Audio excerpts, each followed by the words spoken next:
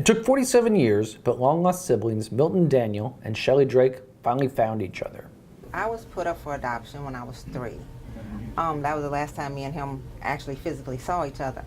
They reconnected for the first time 3 years ago. Just out of curiosity, I Googled my mother's name. I came up with an aunt with the same name. My father and my uncle married 2 women by the name of Betty Jean. And she directed me to my cousin Miriam, who directed me to my uncle Elliot LeBlanc, who directed me to my sister Melita, who then told me about my brother Milton. I went in and I messaged him on Facebook.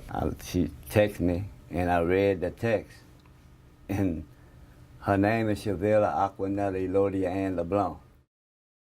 Yeah. So when she spelled that whole name out and I read it and I knew it was up, we started talking on the phone and she came down to visit and never left.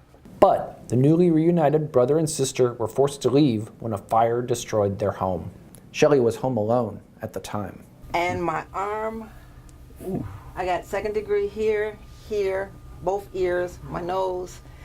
The two have been on the road together for the last 4 months while they look for a new place to live. I love it. And now we're seeing a lot of stuff for the first time together. We're like 2 big kids, ooh, taking pictures.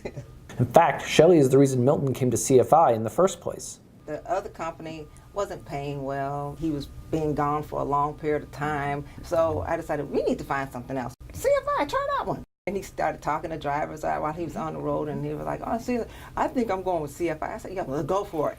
And here I am. And here we are.